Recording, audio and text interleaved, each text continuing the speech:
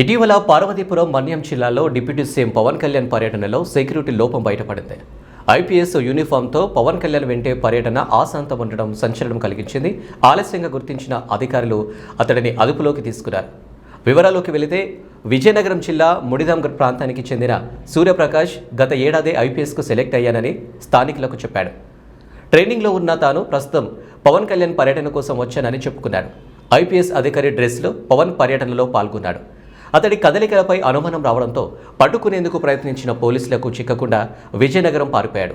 అక్కడి నుంచి కారులో హైదరాబాద్ వెళ్తుండగా విజయనగరం సరిహద్దులో పోలీసులు అదుపులోకి తీసుకున్నారు. ఇక సూర్యప్రకాష్ గతంలో పార్వతీపురం డివిజన్ తూనికల కొలతల విభాగంలో లైసెన్స్డ్ రిపేరర్గా పనిచేశాడు. అతడిపై కేసు నమోదు చేశారు పోలీసులు.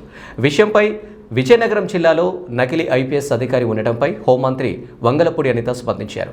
ఆమె తీవ్రంగా ఆగ్రహం వ్యక్తం చేస్తూ తక్షణమే విచారణకు ఆదేశించారు. అలాగే వై కేటగిరీ భద్రతలో ఉన్న డిప్యూటీ సీఎం పవన్ కళ్యాణ్ భద్రతలో జరుగుతున్న లోపాలను దర్యాప్తు చేసి కఠిన చర్యలు తీసుకుంటామని ఆమె అన్నారు. ఈ ఘటనపై సంబంధిత అధికారులకు అవసరమైన చర్యలు తీసుకోవాలని ఆమె సూచించారు.